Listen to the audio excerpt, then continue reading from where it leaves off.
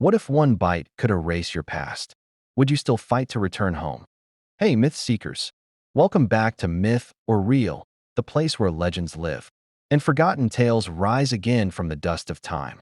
If you're passionate about myths, heroes, gods, monsters, and everything in between, you're in the right temple.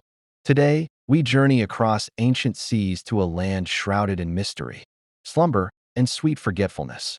A place where the very fruit of the earth can steal your purpose, erase your past, and bind you in eternal dreams. Welcome to the story of the Lotophagi, the Lotus-Eaters, from Greek mythology. The arrival, Odysseus and the Lotus-Eaters. Our tale begins with Odysseus, the wily king of Ithaca, on his long voyage home from the Trojan War. As told in Homer's Odyssey, his ships are battered by storms sent by the gods. Poseidon himself is furious, and the sea becomes a labyrinth of lost hope. One day, the winds push Odysseus and his weary crew to the shores of an unknown land. It is strange, quiet, too quiet. Birds don't sing, waves whisper. The air is thick with the scent of flowers and something else, sweet, tempting. They had arrived in the land of the Lotophagi, the Lotus-Eaters. But who were these people? And why has their story haunted myth and imagination for thousands of years? The people of the Lotus. The Lotophagi were a gentle tribe.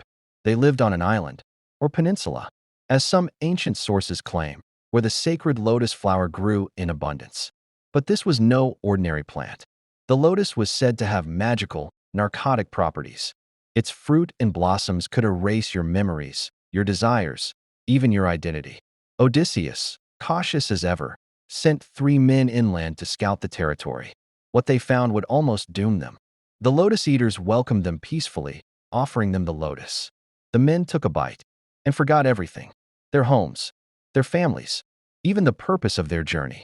All they wanted was to stay, to dream, to forget. Odysseus' dilemma. When the scouts did not return, Odysseus went searching for them. He found them lounging under trees, laughing lazily, their eyes vacant. He realized what had happened, and he knew, if more of his men tasted the lotus, the entire voyage home would be lost forever. Odysseus dragged them back to the ships by force. They wept, begging to stay, but he had no choice. He tied them to the benches and ordered the sails raised.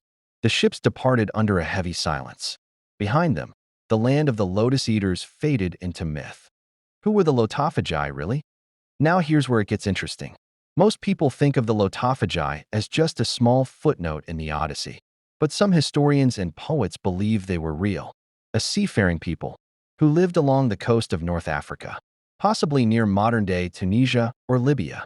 Herodotus even mentions a tribe that consumed lotus fruit as a staple of their diet. But was it really magical, or simply misunderstood by the Greeks? Some scholars believe the lotus could have been Nymphaea caerulea, the Egyptian blue water lily, known to have psychoactive effects. Others suggest it was a type of jujube fruit or opium poppy. Either way, the symbolism is powerful, the loss of memory, the temptation to give up the struggle of life and drift into oblivion. Symbolism and legacy.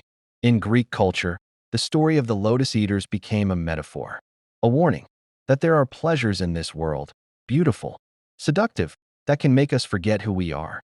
The lotus was not evil, but it was dangerous. It represented escape, the kind that feels good but comes at the cost of your soul. And the idea didn't die with the ancients.